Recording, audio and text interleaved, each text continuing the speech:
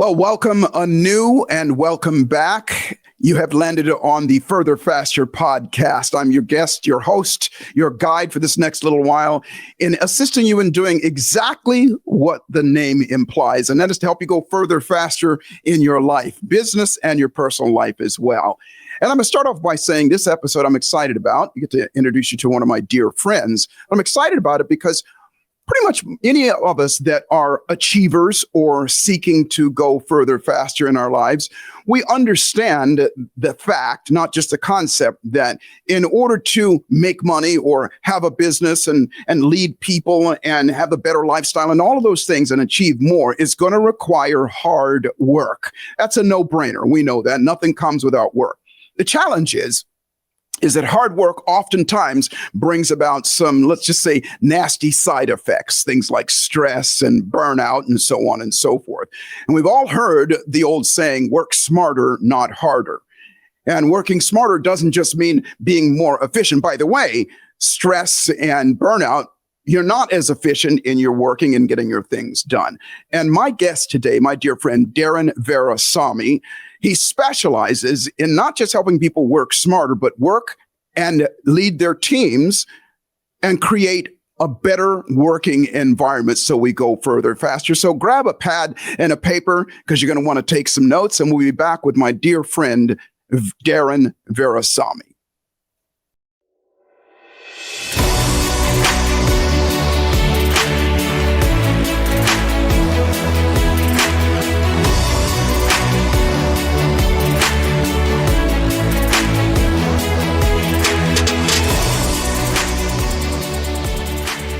Well, welcome back. You are going to be glad that you tuned in here today because my guest, I'm proud to say he's my dear friend and music buddy, Darren Virassammy. He's the co-founder of a company called 34 Strong, and he's someone who is obsessed with seeking personal greatness through connection with nature and music. And Darren leads his team to create strength-based organizations globally, all around the world.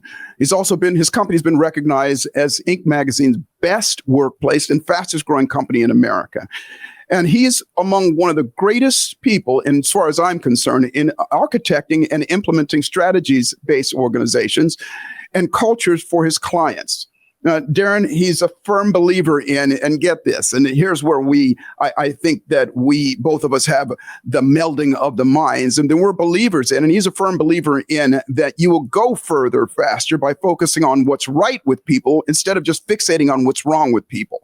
And this turns up obviously in your leadership, but then also in yourself as well.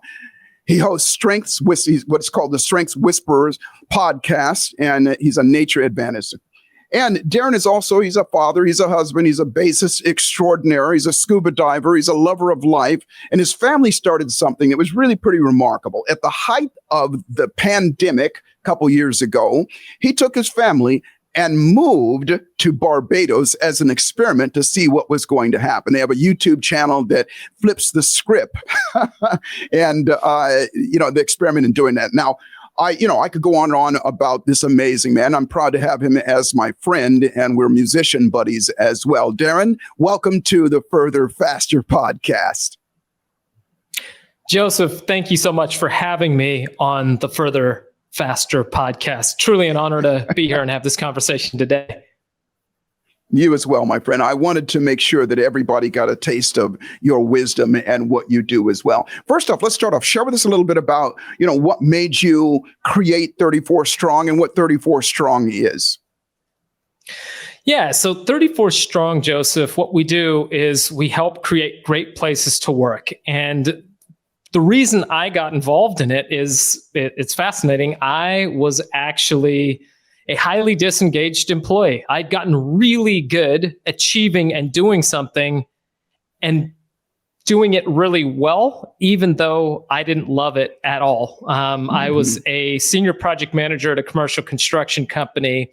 And in December of 2012, I had the privilege of traveling to the big island of Hawaii with my daughter, who was 4 months old at the time, and my wife. And on this trip, I had just taken a walk on the beach with my daughter, came back up to the room. We were sitting on the balcony overlooking the roaring Pacific Ocean. I know you have some experience there having grown up in Hawaii, right, Joseph?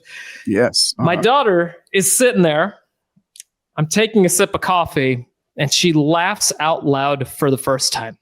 And in that moment, it was one of the most amazing and terrifying moments of my life. So it was absolutely amazing because I'm looking at my daughter and I saw nothing but potential. I got to see her and say, wow, this girl's going to walk. She's going to talk. She's going to, act like a teenager, which she's doing now at the age of 10, putting us through the ringer on all those things. But at the same time, it was terrifying because I was sitting there telling myself that this is the most important person in my world. Here I am with my daughter and my wife, two of the most important people in my world. But I don't live a life that actually embodies that at all. You see, I was commuting down from Sacramento, California to San Francisco multiple days a week, leaving before my daughter was awake, getting back, and she's going to bed. And I was not engaged in my work. And I just thought something's got to be different. So came back from that trip. And interestingly enough, a college I was teaching at in the Sacramento area had an opportunity for me to come on board full time and start teaching more. I jumped into that, took a massive pay cut, and within 2 months of that, met my business partner in 34 Strong, Brandon Miller. And we both had this vision of moving the narrative and the experience for employees and for organizations by focusing on culture, because I had realized this stuff matters. It can impact your health, your well-being, how you're doing, and the ripple effect of employee engagement into your overall wellness and happiness in life is completely massive. And the final thing I'll say is we both had the longer vision than just changing the workplace experience. The question that we both asked of ourselves as dads, as spouses, as members in our communities was, what happens when we create a change in an organization? What's it going to be like for a kid going home to their mom or their dad? What's it going to be like in the communities when that ripple effect of, hey, I wasn't treated like a baby treats a diaper today at work. I was actually valued for being valuable, seen for the gifts and the strengths that I can bring. And the areas that I am weak, the areas that I am not strong, I've got somebody to the right and left of me that can cover those, and we can work together to shore up and really be in our zone of collective genius. That's beautiful. And that processional effect that you're talking about, it reaches out as you as a parent, it reaches out to your children and so on and so forth. I've lived that, and you and I have that in common. We talk about this a lot, and that is being there for our children. I was raised in a family, as you said, I was raised in Hawaii, or I spent a lot of time in Hawaii. My father was in the Air Force, and my father, he didn't like the Air Force, and he also got his college education while he was raising his children and working another job as well. So he wasn't home. And later on, and as a child, I realized that as I was going through, you didn't realize that as a child, but as I got older and I talked to my dad about it, he said, yeah, I was miserable because I wasn't with my family. And it's just like you said, Darren, he got up, went to work, went to school, came home, we were asleep. And so, not that we turned out bad children, I know that was one of the things that I was committed to doing, and I know you are as well, even what you did, which you moved your children away, is being there to raise your children as well, and they become better individuals as well. And so share with us a little bit, where did the name 34 Strong come from? Great question, Joseph. So we are rooted in the Clifton StrengthsFinder assessment. This is a tool from Gallup that's around. There's DISC, there's MBTI, and there's Clifton Strengths. And Clifton Strengths oftentimes gets lumped in as a personality profile assessment. It's actually not that. Yes. It's a talent measurement tool. Dr. Donald Clifton asked the question many years ago, what'll happen when we focus on what's right with people instead of fixating on what's wrong with them? And that launched him into nearly 4 decades worth of research, and over 1 million people studied to determine how talent naturally exists in all people. And when he was looking at talent, he was looking at it through the lens of what are natural patterns of thought, feeling, and behavior that can be productively applied. And after the decades of research and the ongoing research the Gallup organization has conducted, what was determined was there was 34 buckets of talent, or these 34 themes that exist in all people in a ranked order from 1 through 34. There's not the right strengths to have, or the right talents to have, or the wrong ones to have. And the likelihood of somebody having just their top 10 of those 34 in the same order as somebody else is 1 in 6 billion. So we came up with the name 34 Strong because all 34 strengths are created equal. We're all incredibly unique, and how those strengths combine are what is our true secret sauce, what really brings out, I think this was a book title of yours, what brings out our awesome sauce. This is the part that gets us much, much deeper into why we are the way that we are, how we think, why we might be, some of us might be verbal processors where we talk to think, and others might need to be a little bit more introspective where we think to talk. Why some of us are just proverbial box checkers, love the process of having something to execute on and go through. And it's not to say that one way is right or what one's wrong, but it's a function of how do we deepen our self-awareness to then move that to team awareness and organization. So the number 34 comes from the fact that there's these 34 strengths. And when we can actually learn to utilize them and deepen our understanding of ourselves, we actually have a lot more to give and serve the world. And the final thing I'll say on that, Joseph, it just measures the presence of talent.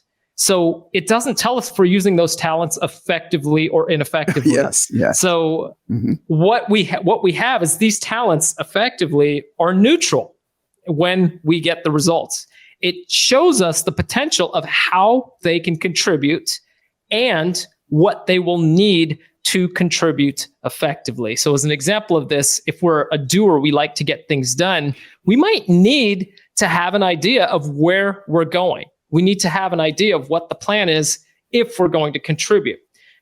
The flip side of that is we can overuse these strengths, we can underuse them, and we can go to a place that's not helpful, where they can actually become our biggest saboteurs and take us down. And that's part of the work that we get into in growing leaders and in growing organizational culture and awareness to where it's sticking and transforming people. Spectacular. And what happens to first an individual and then and as an organization? What happens to somebody when they, because my guess is that, and it's been my experience, that people, when they do recognize, here's my strengths or here's what I do, what, in your experience, what happens to somebody when you make them aware of, here are your talents and here's what you're not, here's how you're not utilizing them at the best, and here's how you are using, I guess I should say in the other direction, here's how you are utilizing them at the best and here's how you're not. What happens to somebody when they recognize that, first as an individual, and then what happens within a company, in a culture? How does that change them? Let's take the individual first. So the individual, sometimes they're so focused on what they aren't, they've never actually taken inventory of who they are. And when we think about life, Joseph, Darren, would you talk about that just a little bit first? Talk about that a little bit first. Why people tend to focus on what's wrong first? Yeah, we are naturally prone to focusing on our areas of weakness, our areas that we feel like we have these gaps. So this is very natural for us to do that. But if we think about it, our greatest opportunity for human excellence doesn't lie in our areas of weakness. It actually lies in our areas of strength. And when we think about that on a deeper level, if I were to give everybody an exercise to just go, and I'm holding a pen right now, I'm right-handed, and if I were told, hey, for 30 seconds, write the word strong as many times as you can with your non-dominant hand. So for me, that would be my left hand.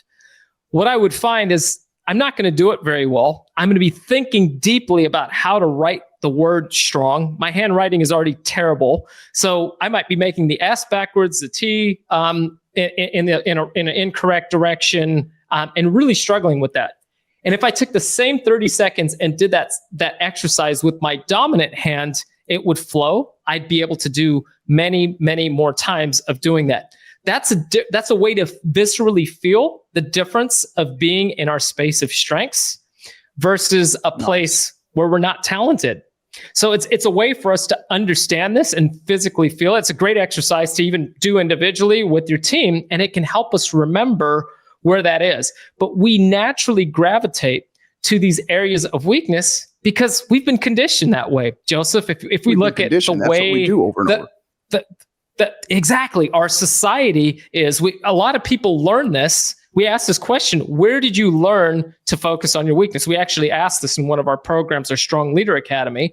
And many managers will come out and say, well, I learned this in school. I learned this from my parents. I had a great report card. I mean, for me, that was the thing. I'd have good grades. My handwriting sucked. It still sucks. I'm 42. It's as bad now as it was when I was in the first grade. And I spent hours, Joseph, working on that. And here's the thing that we don't think of. When we spend all that time working on our areas of weakness, economics, we have this term called opportunity cost. It's what are you not doing? Yes. What's the cost of you not doing that? So by focusing all that time into handwriting, I might have been able to invest that same time, maybe into playing bass, maybe into math, an area that I was stronger, and I got to a good level at math. But the question is, what if there was a higher level? What if what you were seeing with how I was performing or how you were performing at a certain level was just the beginning? And that's the part that gets overlooked. We can atrophy in our areas of strength or underutilize the potential that's there. So the strengths-based perspective by continuing to focus on the weakness. And one thing I would add to that, and that is that when you take away and you do start to focus on what's great, say, i.e., focusing on the handwriting with your dominant hand, the level of confidence that comes to you, and you start to recognize that, wait a minute, I can do this. It also allows you, when you go to your areas of weakness, we know this as musicians, we'll sit down and we'll play something that we are used to playing or that we're good at playing. We do that over and over again. We have a good time in doing that. That gives us the confidence to go and tackle something that is our weakness, a different scale or something like that as well. So what I found is by helping people move away from that focusing on their weakness or what's wrong and that kind of thing, which, by the way, I would also add that we're not only learned that somewhere, we're continuously conditioned and impacted over and over again, society and the media and social media and so on and so forth. That here's what's wrong, here's what's wrong, here's what's wrong, here's what's wrong. So we see it, we hear it, we feel it all the time. We move in that direction as well. But you were also talking about what happens as a group, the group dynamics of that as well. We're in the middle right now of American football season starting off. And on the point that Joseph just made, it's a real simple analogy. A winning team or a winning organization wants to make sure that the right people are in the right roles, that we have the talent there. And we seem to understand this from a sports standpoint. So on a football team, you would never take the center of a football team that's standing in front of the quarterback, hiking the ball to the quarterback and say, hey, you know what? We want to be well-rounded to win this championship. So what we're going to do, we're going to have the center play wide receiver's role, and we're going to have the wide receiver play the center's role for the next 3 games and expect to win championships and expect to come out on top. But yet in organizations, that's exactly what we do time and time again. We focus on, hey, you're going to be well-rounded at everything, and then we create the jack of all trades, master of none, and people don't truly thrive. In organizations, how this plays out, Joseph, is it moves from self-awareness to team awareness. Oftentimes, the first thing that we do is actually take a temperature check, and we do that through a process of employee engagement measurement. We're measuring, we use a survey, and we're able to actually assess how engaged employees are in their work, and that measures things like as simple as, I know what's expected of me at work every day. Like, if we think about that, it seems so simple. I know what's expected of me at work. And if somebody is showing up really strong in that space, or a team is showing up strong in that space, that's just one of the indicators, but it provides a foundation to, they're clear on expectations.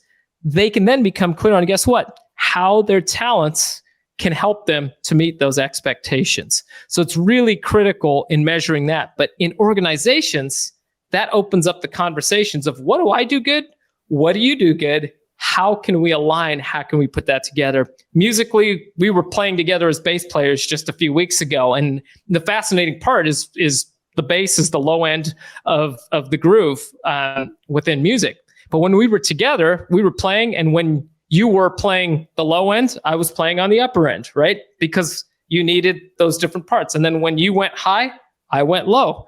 And those pieces creates the balance within music. And within organizations, it's figuring out how the talents are going to calibrate. And that is done through understanding how engaged people are and taking that pulse check on it, and continuing the process of investing in culture. And I mean that just in the one-to-ones that are being had, the conversations that are being had. This is not something that you just check the box. You have a team building session one day, have a high five, and everything's great. No, it's long work. Like your grass, you got to keep on doing it. It'll grow back. And that's where we start to gain traction. And not to mention, first of all, thank you for that. And not to mention the level of stress and cortisol release that goes on within that workplace. People actually want to be in that environment. That's, I guess that's, what you talk about building a culture. A culture is where people want to be and they thrive amongst each other. We're going to take a short break here in just a moment. We're going to come back, and Darren, I'd like you to talk a little bit more about human beings versus human doings, as well as, and we're going to talk a little bit about playing some bass here as well. So, gather around, everybody, get your pad and paper, because we're going to have some more. We'll be right back with Darren Virassammy.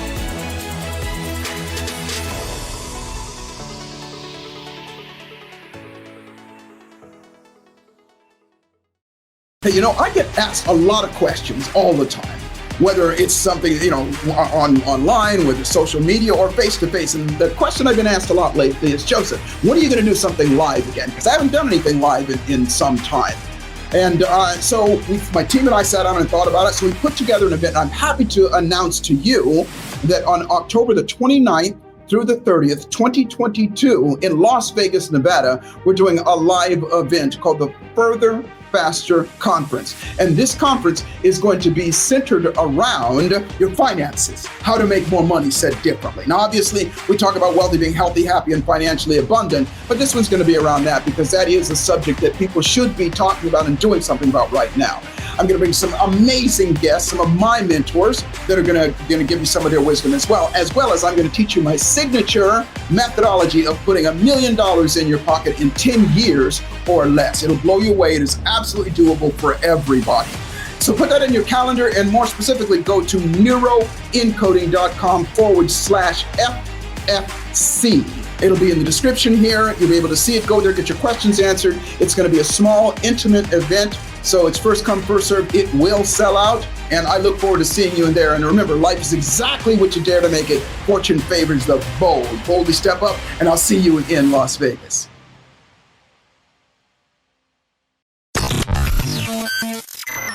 You're enjoying this episode on Angel Phoenix Productions Podcast Network. To explore a complete lineup of quality programs and media production services, head on over to angelphoenix.com or like our Facebook page at facebook.com/Angel Phoenix Productions.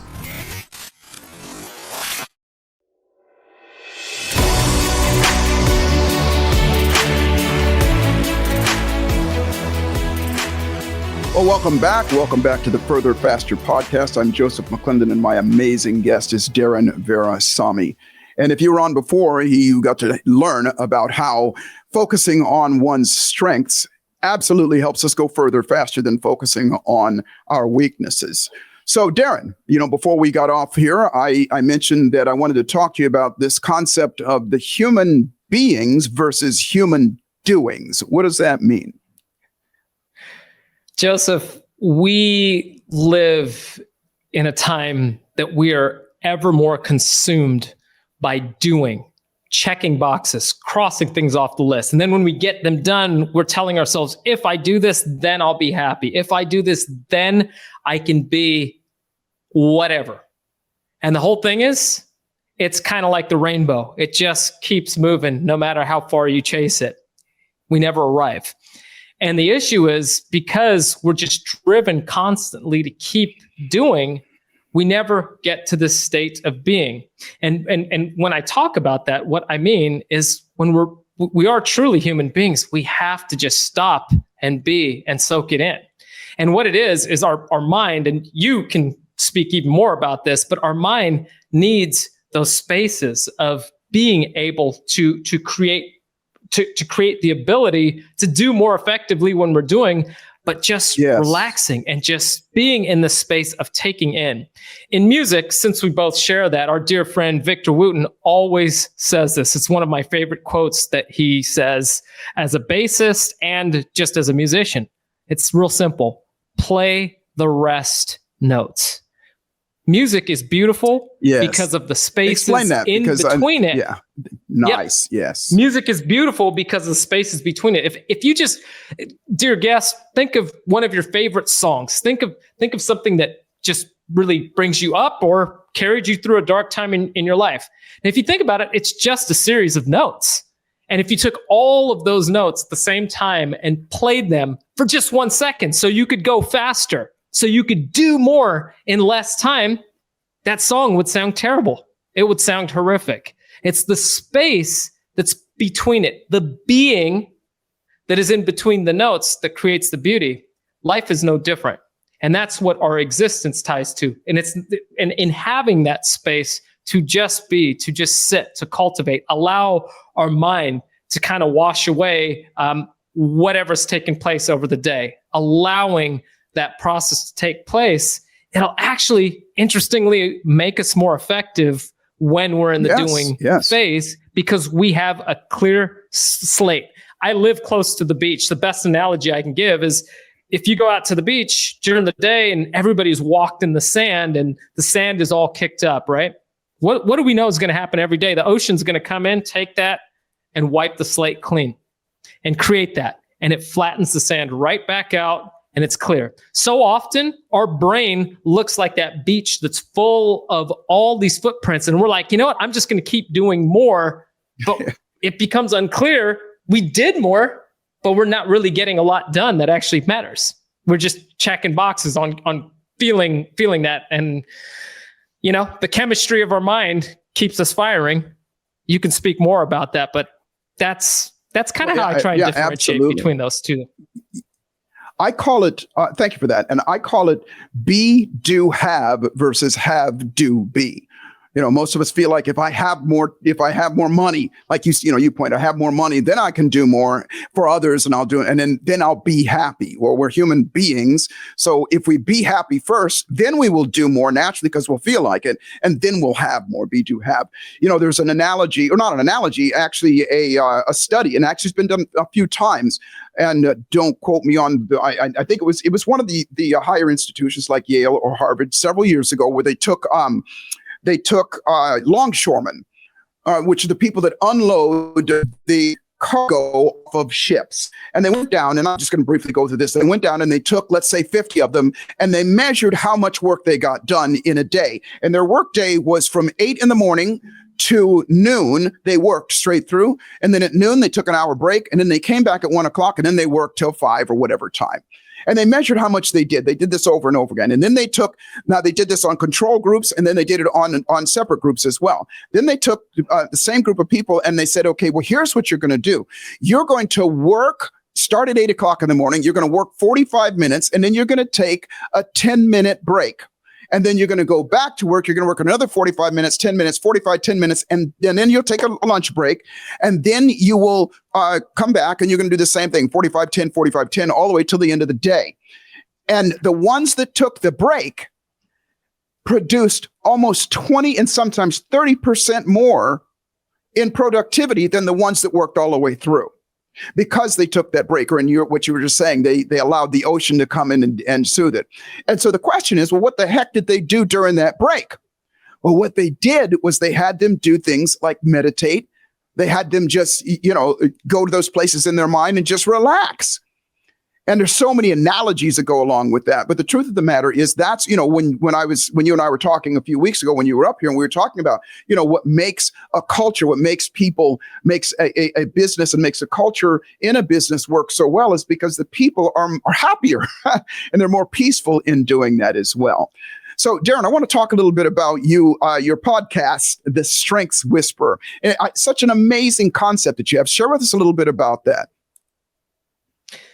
So, Joseph, the Strengths Whisperer is launching. Actually, as we're recording this right now, the trailer has just been released and we're getting it going. It's in season 1, launching right now. It's very simple. We are taking leaders of different organizations that are coming on the show. They've taken the Clifton Strengths Finder assessment for perhaps the first time, maybe it's the second time, or maybe they've been using Clifton Strengths and employee engagement in their organization to build great places to work. And we're interviewing them, and we're actually going through, for those that have taken it for the first time or have maybe just retaken it after several years, and we're going through a live coaching session with them, literally walking them through their results, allowing them to see the ahas and connect it to other parts of their life and their personal life and their professional life, and seeing what's going on as to how it goes through. So it's a great way for many people to actually come into recognizing, I never even thought that was a strength. I'll give you an example of this.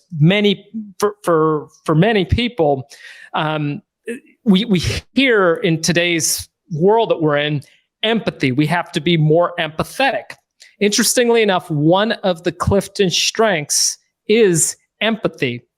And the Clifton Strengths Finder definition and the talent of empathy is very different than our traditional descriptions of what it actually is.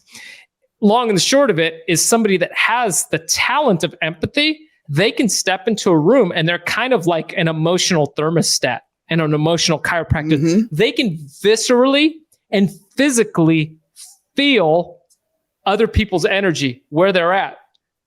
True story. For me, empathy on the Clifton Strengths Finder measurement, on the assessment, it's in my bottom 5, meaning it's in my 30 through 34. It's a non-talent. And that really offended me, frankly, when I took the assessment. I'm like, I'm empathetic. You know who I am? I care about people. Yeah, I care about people, right? But here's the thing. When I really got into it, it totally made sense, because I observe, and I'm pointing at my head.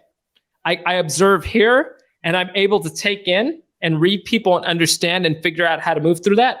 But I don't physically and viscerally feel it. My wife, interestingly enough, is a top 5 empathy. She steps into a room and she's feeling all that energy. That does not hit me the same way. And that made so much sense. So it goes for me, from my head to my heart. For her, it's very much from that heart moving forward. Many people that will discover that one will figure out, I never even thought that was a strength. And like, how is that applicable? I thought that was a problem that I need to work around. It can be, but what's the brilliance in it? We're so focused on the negative elements of it, we can overlook the brilliance of what it does, the ability to actually speak life into other people and to bring that forth. So on the Strengths Whisperer, we're going to be covering those. We're going to be hearing from others in organizations that are leading teams and how they've built the culture. Because in this day and age, Joseph, if you want to be competitive in business, being able to be really effective, culture matters. You're going to have culture one way or the other. Does. It's either going to be by intention and just, go ahead. No, you go ahead and finish your thought, because that is true. I think I knew where you were going with that. Culture will exist in an organization. You're either going to have it by intention and design or by accident. So choose wisely, because if you're going to attract the best talent, if you're going to attract the best talent to your organization, which is what's going to give you a competitive advantage, and in this world where people can go in and see what an organization is like to work for, if you want to attract the best of the best, you better believe your culture matters, because people want that and they're going to demand that. And that's how you're going to maintain that competitive edge going forward. No doubt. And especially as the workforce is going to start becoming more and more millennial, that's what they're looking for anyway. Hey, Darren, we are out of time. I wanted to spend some time on playing bass, but we'll do that on the next time. And thank you so much for that. Thank you so much for letting us go. No, and let us know. I know we have it for those of you that are watching us. It's across the bottom here. You can see how to find us, Darren, but please tell us how they can find you and avail themselves of your talents and skills. Absolutely. So you can find us at 34strong.com. That's the number 34 and then strong.com. You can find 34 Strong on LinkedIn. You can find me personally there as well. And then I'm also on Instagram and Facebook as well. On Instagram and Facebook, I'm doing more of the family stuff and the bass. You can also find out if you're interested in following our family's journey of being an American family moving in the middle of the pandemic to Barbados and what that experience is like. You can check out the Flip the Script Family channel on YouTube, and we're also on Instagram as well. And my other podcast outside of the Strengths Whisperer that I did during the pandemic is called The Nature Advantage Show. I interviewed Joseph on there. We had an amazing conversation. So those are some different ways you can find me. Thank you so much. We're going to have to do this again because we just started to scratch the surface. So listen, Darren, thank you so much for being on the show. And you have definitely given us some things to think about and some directions to move in to help us go further, faster. And everybody, make sure that you not just look this guy up, not just his podcast, his YouTube channel, as well as also avail yourself of what he's talking about, some of the things, and get yourself. Learn more about yourself, because awareness is always the first step. Awareness about yourself and about others as well. That's how we go further, faster. So Darren, thank you so much. And everybody else, make sure that you get out there and remember that life is exactly what you dare to make it. And fortune favors the bold. And the bold ones step up and go further, faster. I'll see you at the top.